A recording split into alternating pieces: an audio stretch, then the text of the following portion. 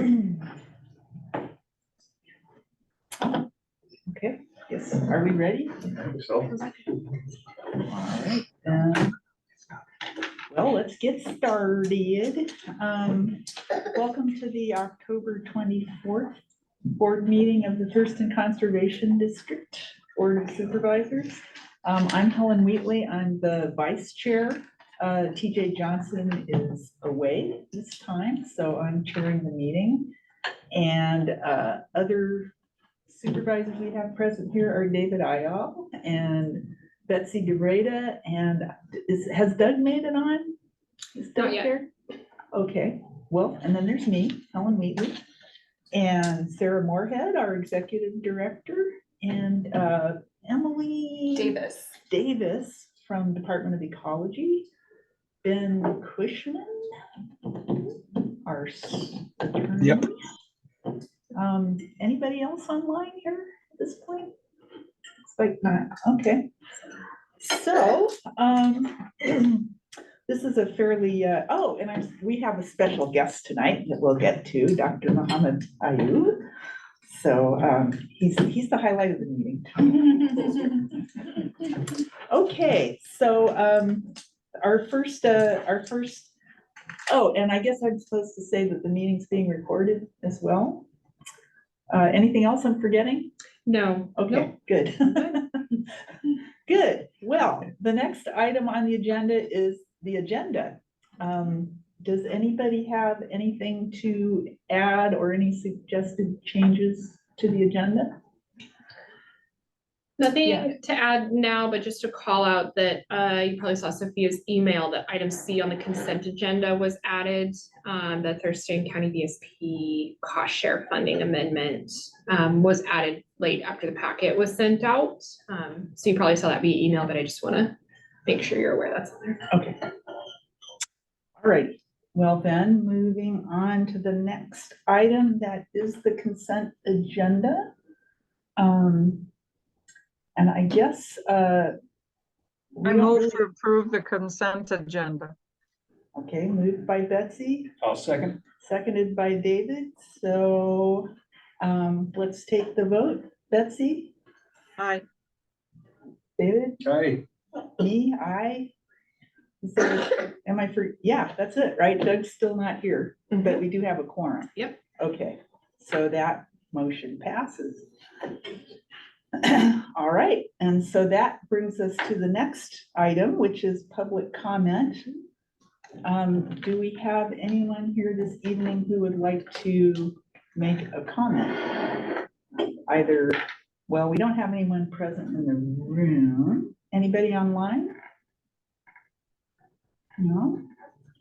I think I have to call for it 3 times, so going once, going twice, going 3 times. Okay, that closes the public comment period, so now we get to the fun part, which is the award to Dr. Muhammad Ayub, and Sarah is going to introduce us to that. Yeah, absolutely. So as most of you know, one of our favorite things that we get to do every year at TCD is really recognize amazing community members of ours that do wonderful things for volunteerism, for the land, just in our community in partnership with the district for our mission. And so I'm really pleased to present Dr. Muhammad Ayub with our 2023 Land Steward of the Year Award. If you want to say a little bit more about that. I've already shared this with Dr. Ayub, but his nomination came forward from several staff and board members for this award. And it's due to his direct impact on our local landscape, and his outstanding conservation efforts are really something to be commended and recognized. A few of our staff shared a little testimony with this that I wanted to read, and it says, Dr. Ayub is all about learning and teaching others the importance of natural resources and being in tune with agriculture. The operators have formed, that Dr. Ayub works with, have formed a working and learning farm that provides a space for veterans and underserved community members to have the opportunity to contribute to our local agricultural economy while gaining life skills, which is an amazing resource. These folks are very dynamic in how they run this farm and are always looking to sustainably expand activities like running a CSA, doing composting activities, and a lot of other endeavors that assist in their local community. Since Dr. Ayub and the folks that he farms with have started their work, they've installed over 3,000 feet of fence, over 7,000 feet of garden space, and planted over 2,000 trees and shrubs. He also volunteers at numerous TCD events, like our plant sale is one, rain or shine, as well as hosts a lot of educational events on his farm for community members to come and learn more about these practices. Dr. Ayub, your partnership with Thurston Conservation District and your dedication to natural resources conservation serves as a lasting demonstration for our agricultural community. This work is not only in alignment with our mission of implementing voluntary conservation practices, but it also signals to your community the importance of these actions and supports our shared natural resources for generations to come. We really appreciate your partnership and your leadership in this area. I just want to commend you and congratulate you on this work in your community. So I'm going to have our chair present you with this award officially. You need to stand in the right place for the photo op. Right. And I will say, yes, I have personally experienced I and my son enjoyed the company of Dr. Ayub. Yes, and are certainly tuned into the great enthusiasm with which you tackle the challenges that we have before us to ensure good conservation in the county. So very much appreciated. So. Thank you very much. So Jay wants to. Yes, and then we'll look at Jay. Excuse me. No worries. This was total surprise. We were just doing our stuff and then we got this email out of the blue. So I'm very grateful to both of you, all of you. So this is really very touching because the work itself is rewarding and fulfilling. When it rains, we think it's time to sow seeds. When it's sunny, it's time to do something else. So we were following the seasons and going on, and then we got the email. Really appreciate it. This award is not just for me, but for the 120 people who have worked on the farm in the past 4 years, out of which 30 of them were veterans, 30 of them were women. And we have also given jobs to about 30 of the ones who came from Department of Corrections. And some of the words that they have used is like this: wherever else we go to try to find a day job or anything, the first thing they ask, what were you in the prison for? And they want to litigate that again and make them feel ashamed and embarrassed. But on our farm, we don't do that. We eat with them, we dine with them, and it's very hard. Yeah. Thank you very much. Yes. Great. Perfect, thank you. Good job. Wait, Thank you. were you guys? Yes.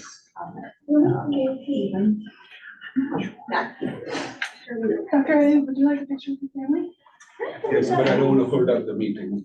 Oh, we've got plenty of time, don't worry Here, I'll about go around here. This is Yeah, the we're fun part. way ahead. Can you stand on the chair? Just up. Whoa. Yeah. Good. Here, Sarah, why don't you stand? Yeah, hold this. That's pretty cool, huh? Just like that. Please come. Perfect. Smile, big Yay. smile. Big smile. Perfect. Thank you. Oh, This is so a cute. big pleasure.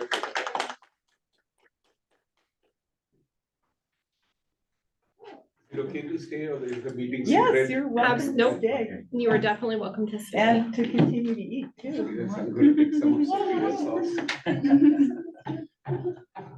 put some.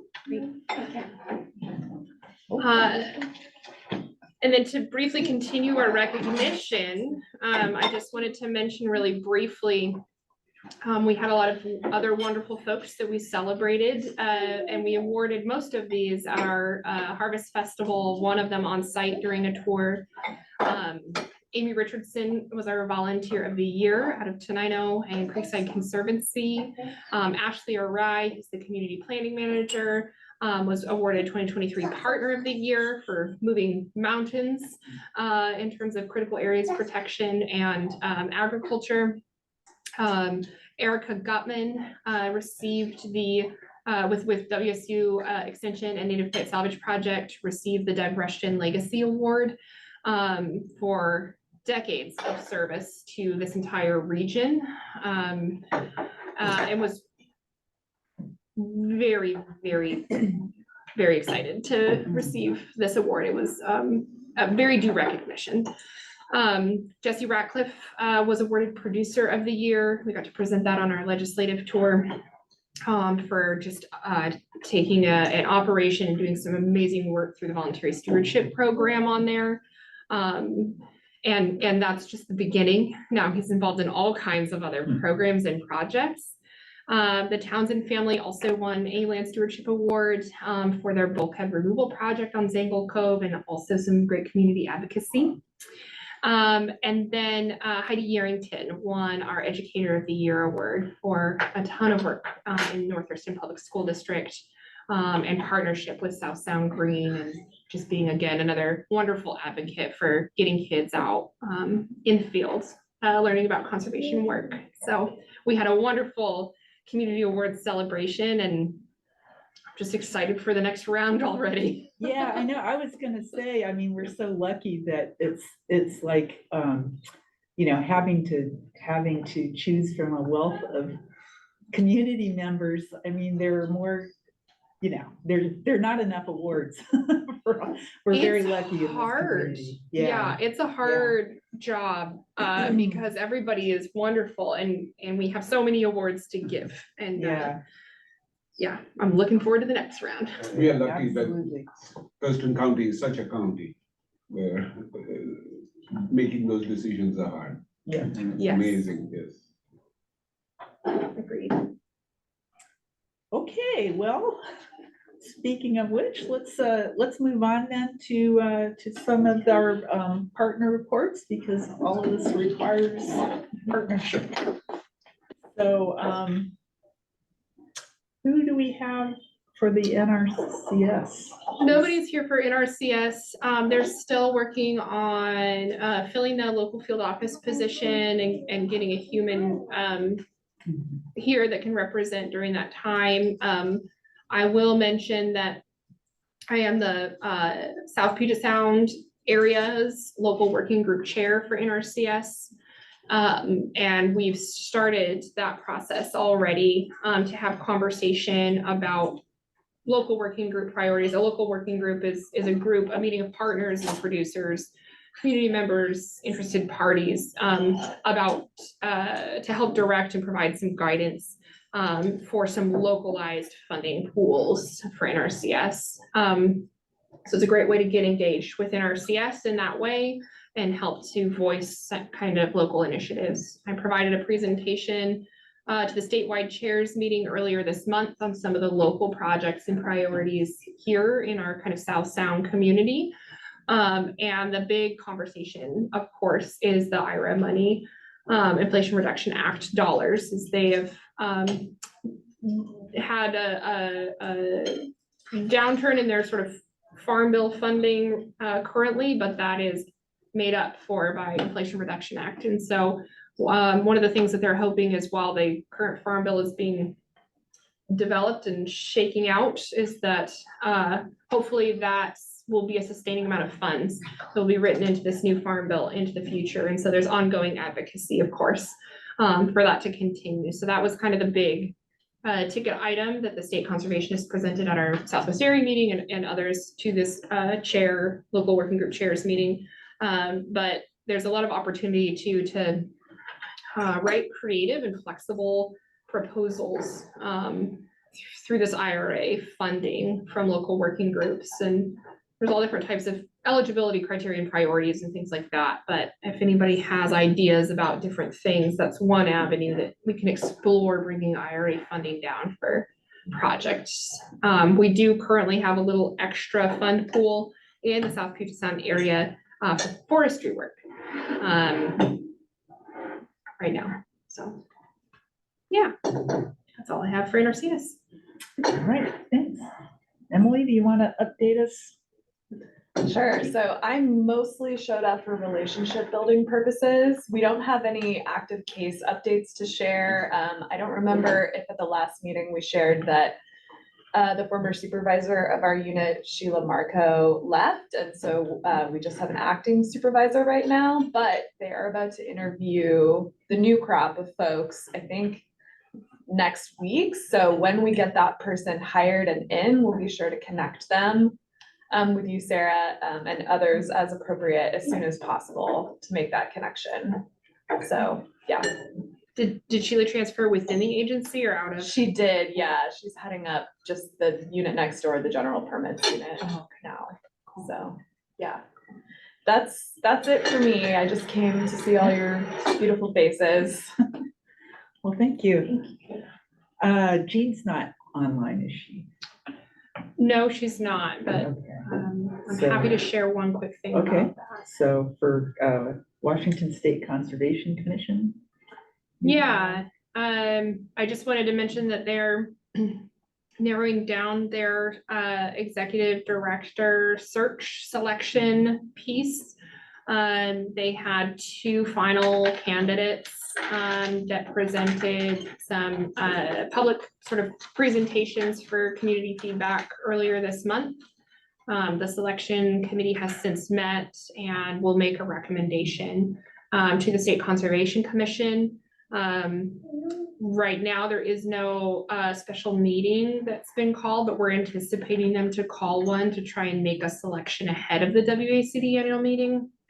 Not certain whether or not it would be feasible for that position to start before then, but I think that is the hope, is that they would be able to find a candidate to come to that meeting and be able to meet everybody and do the relationship building work. So they're getting really close on that. Good news. Okay, well, and Doug's still not here. So is there anything else that you want to add about the WACD or? I think else? just what we covered in the work Yeah. session, annual meeting is coming. We'll want to get folks registered, supervisors that are planning on going to vote for that. We'll want to get you registered in hotel rooms and accommodations, travel booked. To that meeting, it's in Wenatchee, the 27th through the 29th of November. The commission meeting is always the following day too. Some folks stay for that in-person commission meeting. And the WACD hub has all of the resolutions as they're passed at all of the different area meetings. So you can stay up to date on all the different matters that might be before you at that meeting. All right. And did you want to just sort of recap real quickly? Sure. The couple of resolutions that we talked about before that did well? Yeah, ours in particular that had passed. So we had 2 resolutions that we presented to the Southwest area meeting that passed. The resolution process, when each individual conservation district board has an idea for a policy change or a program or something else that they need to elevate to a regional, a statewide, or a national level. This is a process for the board to take to do that. The first step is approving it here at the local district level. The second step is at a region level. We're part of the Southwest region.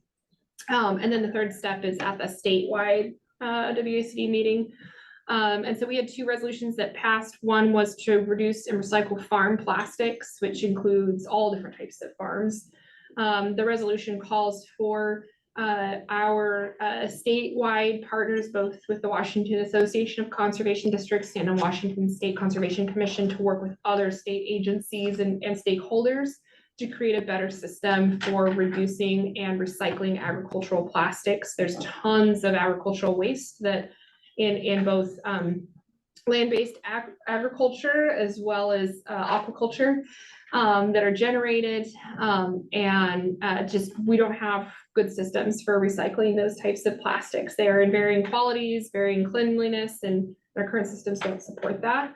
So they either end up in the landfill or, you know, burned or disposed of in other ways that are costly and also heavy pollution. So this was met with resounding support from the Southwest area. Stakeholders across the board saw value in that.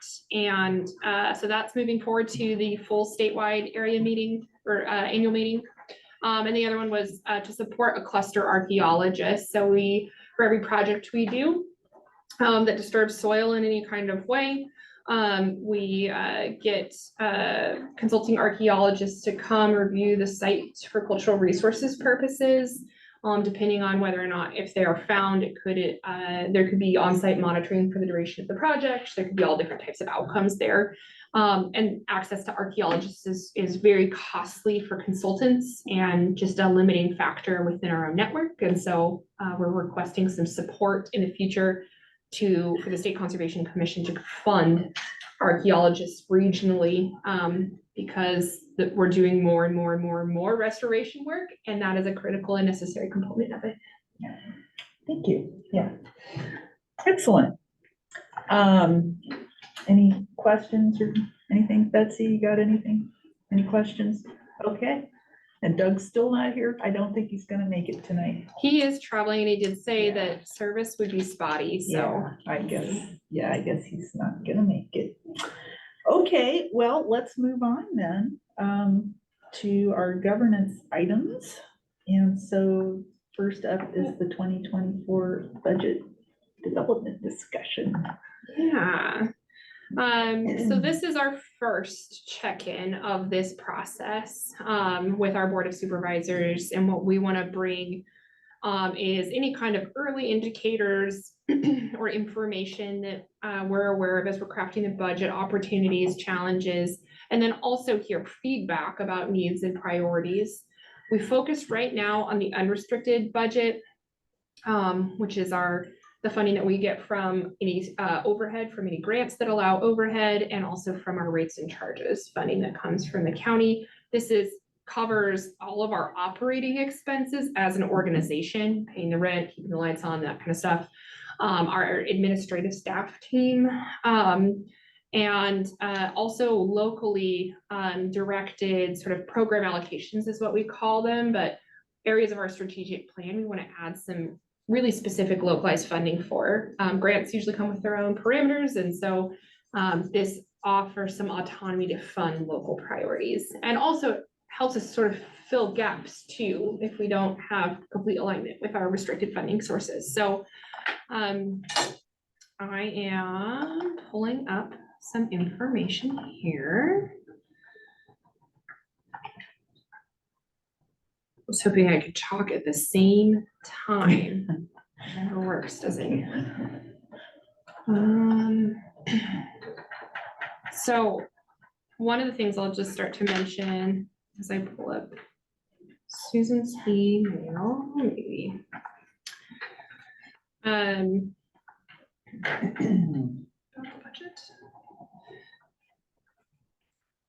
is this is a challenging budget year that we're going into, and particularly it's because of our office relocation. We are anticipating at least double our current lease rate moving, and there is nothing cheaper than that out there. That is the low end of cost that we have found is at least double what we're currently paying. We're kind of waning out on a Sophia, I'm having trouble finding the financial report that was sent out with the mid-year budget. It's not in the board packet. I didn't see it in the folder. Yeah, if you want to look for it, I'll keep sharing. Anyway, I might get it through Smartsheet. Might work. So anyway, as we're looking into next year, that's one of the things that we're budgeting for, at a hefty amount right now. Like I mentioned, we're still in negotiations for, potential new space, and so, that number could change. The new space is going to require some, tenant improvements, to really build out the space, into an office. It's not quite there, and we wanna build minimally and cost effective. But we do need to have some build out on the interior. And so, we're in the process of looking at those costs and really getting that dialed in. So the budget, and I found it on, Oh, you got it. we can put up either one, but, I found the Smartsheet version, sorry.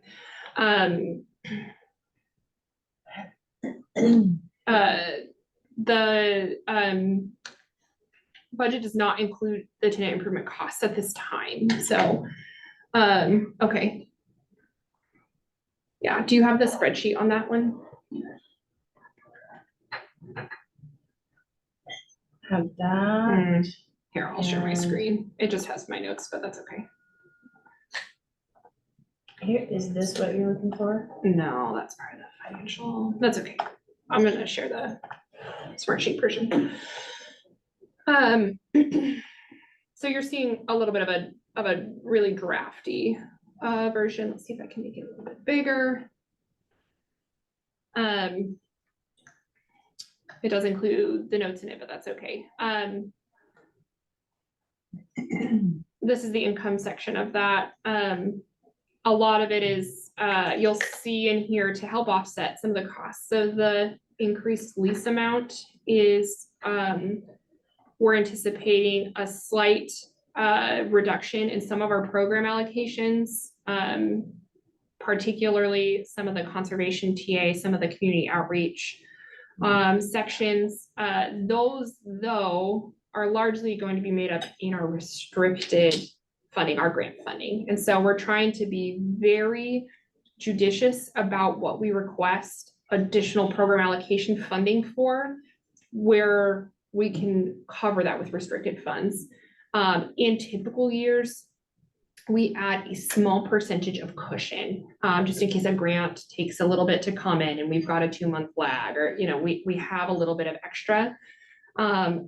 But this year is gonna be a little bit more challenging to be able to do that with our program allocations. So while some of these allocations you might see reduced for 2024 in our estimate right now, just know that that work is still, of course, a priority, but we're just trying to shift it to restricted funding. That makes sense. The nice thing about that too is we're trying to, in 2024, put the majority of our staff hours in grants with the biggest amount of overhead, because that brings more unrestricted funding back in to help, again, with our budget and transitioning from year to year to a double amount for the lease. So you can see our overhead projections are reflected here. The increase in the dollar amount from the 2023 is due to increased staff. The more people that we hire that are project staff, the more overhead that we bring in to the district, and we're growing. We're anticipating, you know, a little bit of additional growth in the coming year, especially with the forestry and wildfire work. We're anticipating another FTE starting January 1 for that. And that's only gonna help offset this unrestricted budget. So that's really exciting. Sorry, that was income. Here's program allocations. I'm scrolling and talking at the same time. So you can see here in the differences category that some of them are adjusted down. We have done a really exceptional job too of grant writing this year to continue. You know, we always plan our grant writing and our funding for project staff 2 to 3 years out, right? So we're writing grants that are going to take effect in 2 years from now. And so we've done an exceptional job with grant writing and continuing to really build enough capacity in our future. So you can see some of that budget reduction. Can I just? Yeah, questions on that? I Sorry. just want to check in. Betsy, I can't see you on the screen right now, so if you have any questions, feel free to just jump in for any comments. Okay, well, I'll wait until she's done. Okay, all right. And I'm happy to just give a quick overview and then you guys can share, or if you want to stop me section by section, that's fine too. So the one disclaimer I'll make is that we're still massaging this. It's still subject to change. We're gonna do a little bit of program budget refinement, and our unrestricted budget always shifts once we really finalize the restricted budget for 2024, because then we really get to sort of field truth the overhead allocations and really where staff hours lie. So we've still got some work to do there, but this is a good just presentation of our snapshot in time. So you will see an increase in our administrative salaries and benefits too. We have more administrative staff now because we're a bigger organization with more to do and more people to support. And so our administrative staff grows proportionately to our project staff. We also have some really big administrative projects next year. Our rates and charges renewal is coming up in 2024. Our collective bargaining agreement negotiations are coming up in 2024. The Conservation Education Center is reflected in a program allocation, so you don't see that reflected here, but and those are going to take a considerable amount of my time too, and that's a heavy cost factor in this. You mentioned rates and charges. Is there any possibility for future being able to maybe restructure that to bring in more funds? If that resolution from TCD goes forward and there is legislative action on it, it would take a revision of the RCW to lift that cap. If there is, you can bet even if we're midterm, we'll be right back over there. Okay. Because the analysis even that we did 5 years ago for our rates and charges showed that we were not able to recover the full cost of the programs and services we had then in 2019. Yeah, no. And we bring in more than 5 times the amount of our rates and charges, probably now more than 7 times the amount of our rates and charges to cover the programs and services here. So it is absolutely a conversation we would have and figure out what is the right threshold.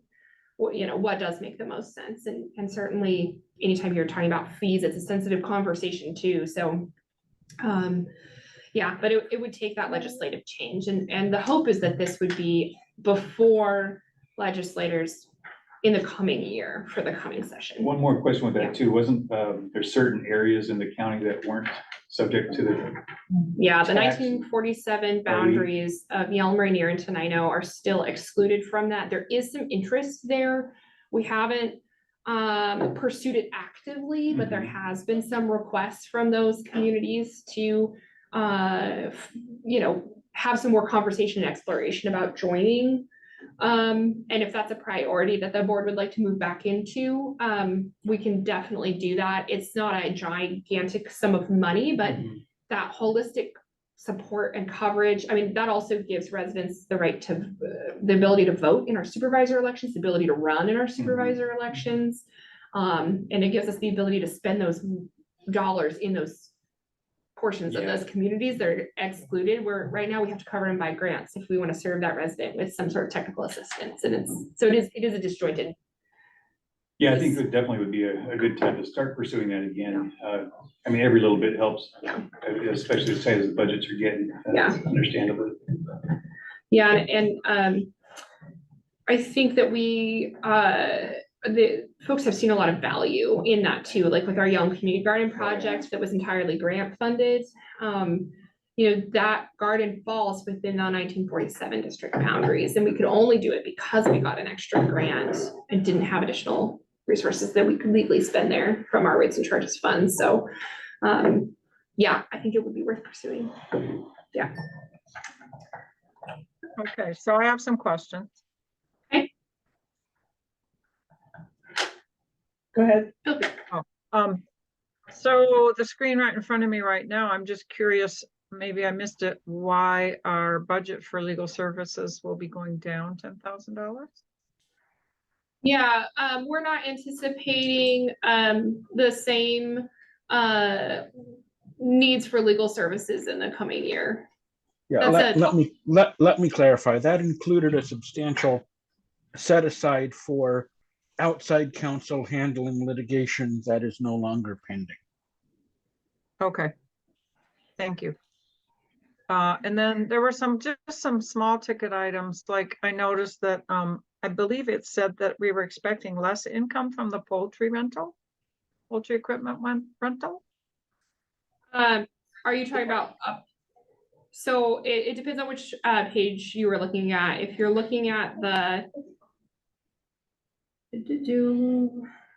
Right there. Right Yeah. there.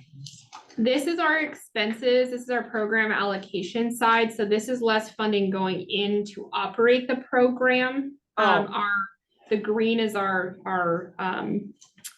revenue coming into the district, so the screen above this. And that is because we have applied for some additional funding to help cover our equipment rental program.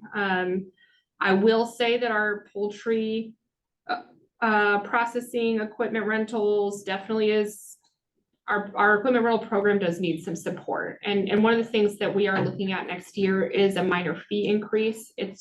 We are trying to keep up with inflation in general, the cost for parts, the cost to repair the equipment, even for labor, to find labor to repair the equipment, is just really expensive and really challenging. And we're seeing that with these programs. And we at the same time want to make sure that we are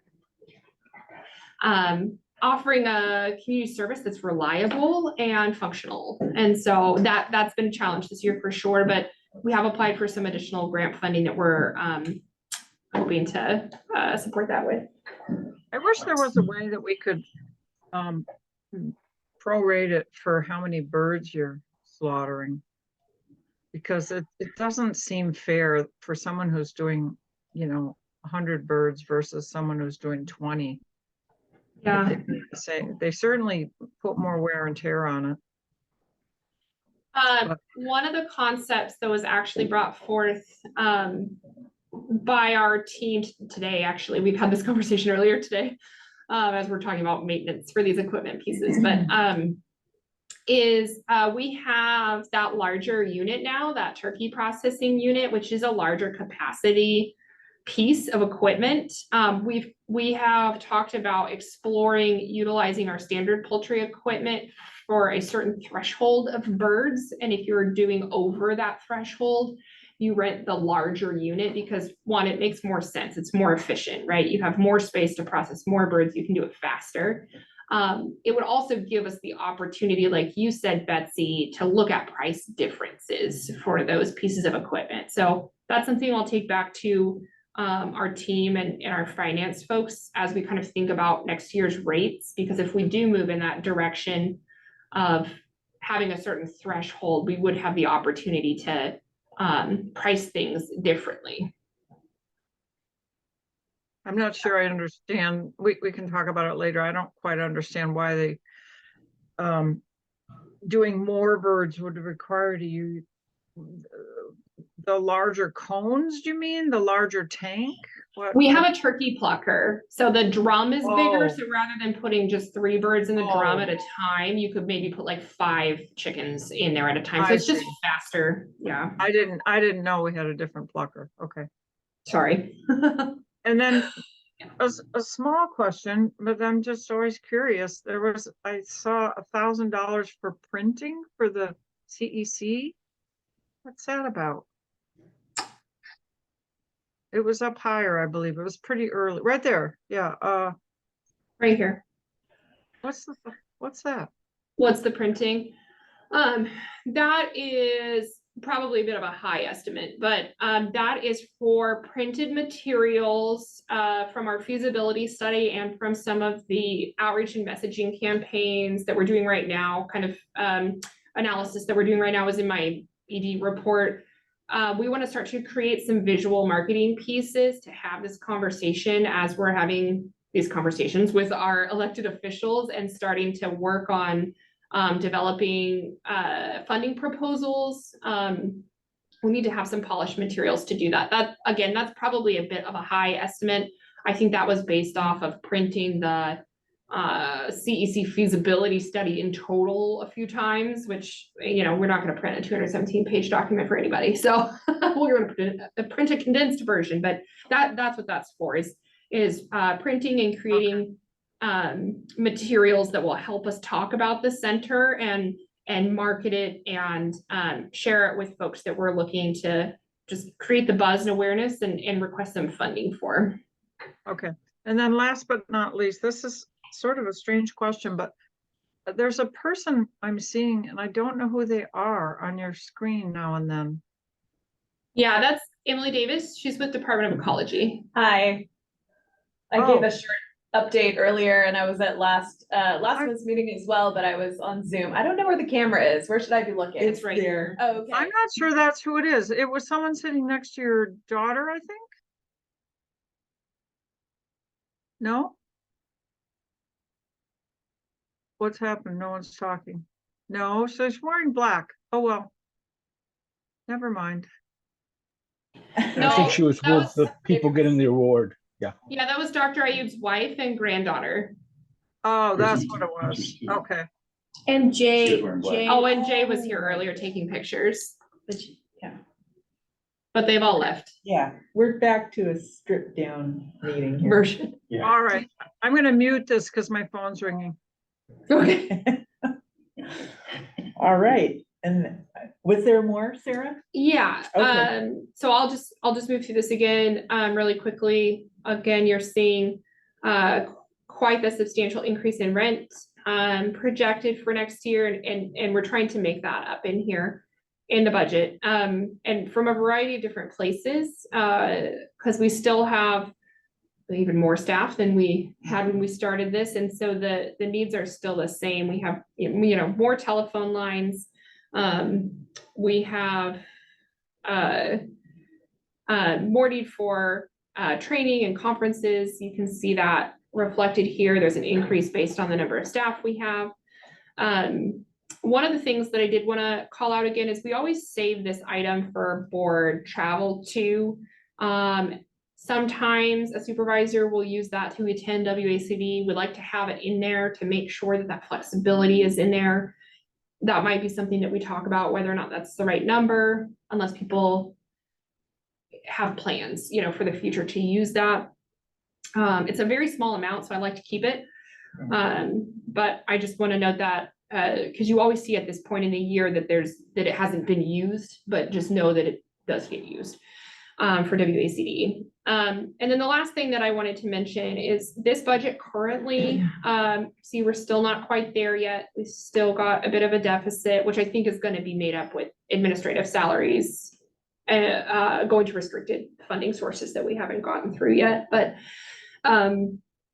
this does not include any funding going into our reserve fund or our CEC fund. And so you can see that these are the amounts that we put in there in the last year. This has been sort of a standard amount we've put in. When we started the reserve fund, we were basing it off of a month's worth of operating expenses. That has changed. Our monthly operating expenses are much higher now. You can see the balances of these two funds over here in this category. We routinely have to take money out of the reserve fund to cover cash flows until we get our rates and charges. How much are we able to leave in the reserve funds when we take out? Are we leaving? It is paid back every time. So there's no actual real debit from there. But we're not depleting it completely when we use money. No, I would say it's usually around $100,000. No more than I think 150 one year. That said, though, because again, as we're growing and the volume of work we're doing and billable work we're doing is growing, we are building better cash flow capacity. So this time last year, we hit crunch and we had to dip into the reserve fund and utilize that until we got to mid-November when our rates and charges installment came through. This year we haven't. We've really focused on that cash flow.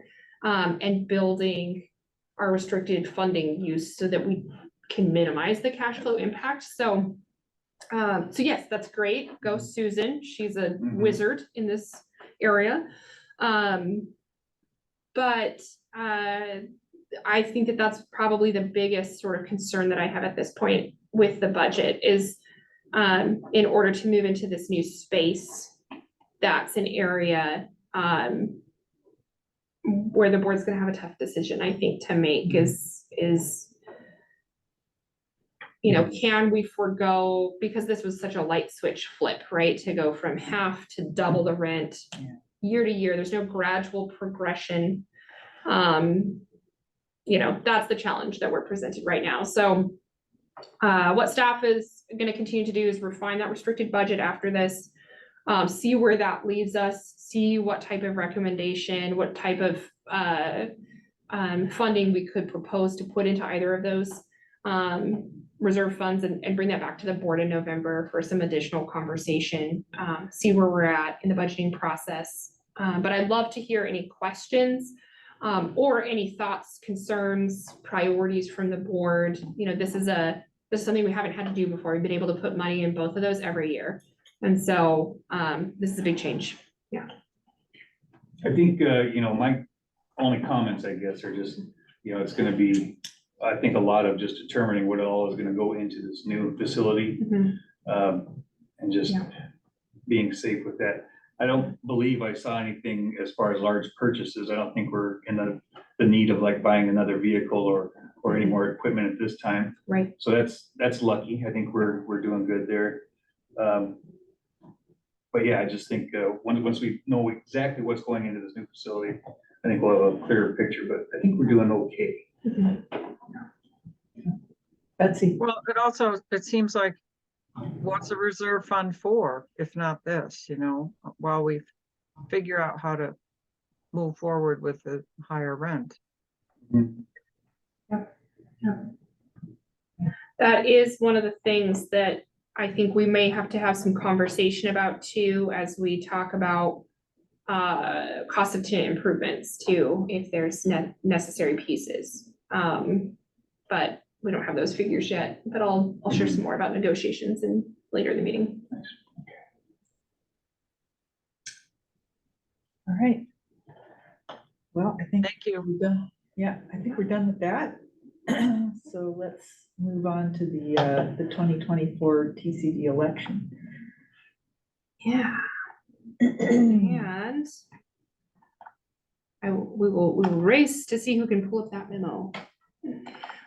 Which you probably all already saw in your packets, but I'll just pull it up really quickly.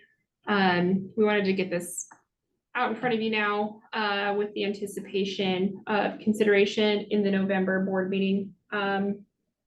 This is the proposal. This is the memo ahead of the proposed resolution. Really similar to last year's resolution with Susan proposed as the election supervisor. She's attended the most recent training with any and all of this updates around the elections process. So there's not really any big monumental changes. Between year to year, we still are looking for temporary polling officers. That's been a model that's worked really well, has a lot of integrity, and it keeps us really removed from that process. So unless there are any questions specifically about that, we just wanted to get this out in front of you. I don't have any questions. Yeah, seemed pretty straightforward to me. Betsy? Yeah, no, it's fine. Good, okay, good, because I just want to do a little time check here because we're scheduled for the executive session at 7:25. So we have one more item here. And that is developing the next work session and meeting agenda. Yeah, Topic list absolutely. here. It's been pretty easy in the past. It almost sort of flows. And Sophia has that on screen too. We have Karen's shore-friendly presentation, a little bit more about that program and kind of our next big shoreline projects coming down the pike. Very exciting. Thanks. And then a lot of continual standing updates there may be some more budget discussion in the work session. Also, we have moved to putting that in the meeting just because it's recorded for public transparency. So depending on what that discussion looks like, it might just be moved to the meeting. What else do we have?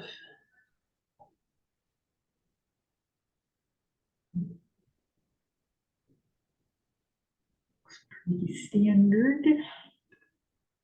Yeah. So if anyone has anything they want to add at this point. That looks good. Okay. Do we have the, for the important dates, could you scroll down? Do we have our meeting on there? We don't have the board meeting for For December or November? November. Did I? Yeah, you're right. Oh, That will get at it. Good catch, Betsy. It's the 21st.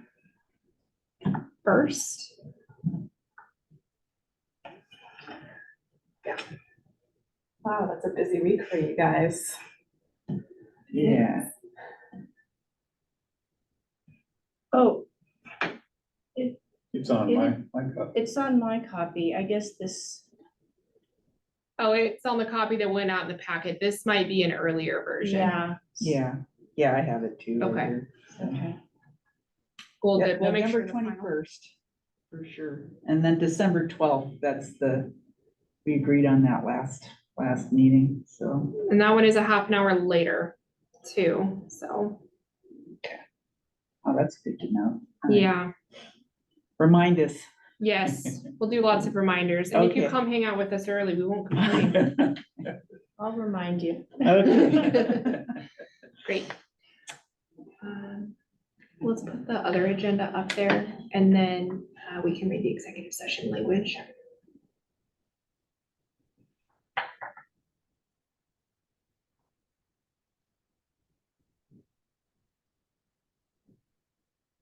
Yeah, I'm not sure.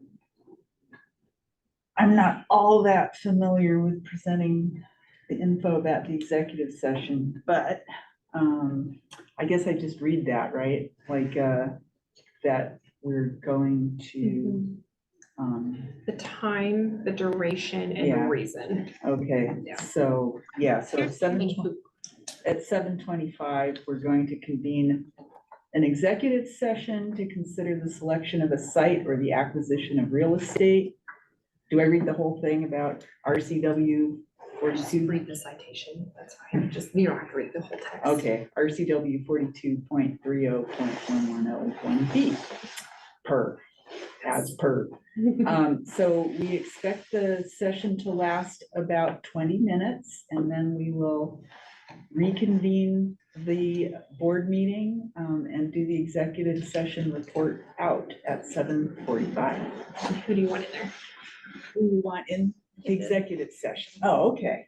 So in the executive session, we will have myself, Helen Wheatley, David Iall, Betsy DeVreda, and Sarah Moorhead, and Ben Cushman. And I think that's everybody, right? Or Sophia, are you gonna I go. You Do you go? need me to turn anything off here? No. Okay.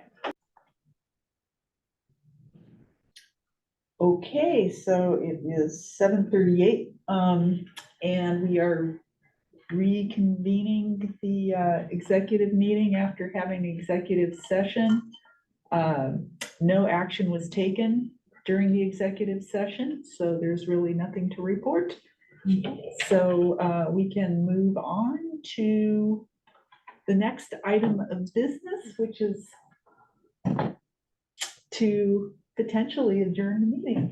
If we can have a motion. I'll motion to adjourn. All right. Moved by I'll second David, it. seconded by Betsy. We'll take the vote. David, Aye. Betsy, Aye. and I vote aye. Meeting is adjourned. Thank you very much. All right.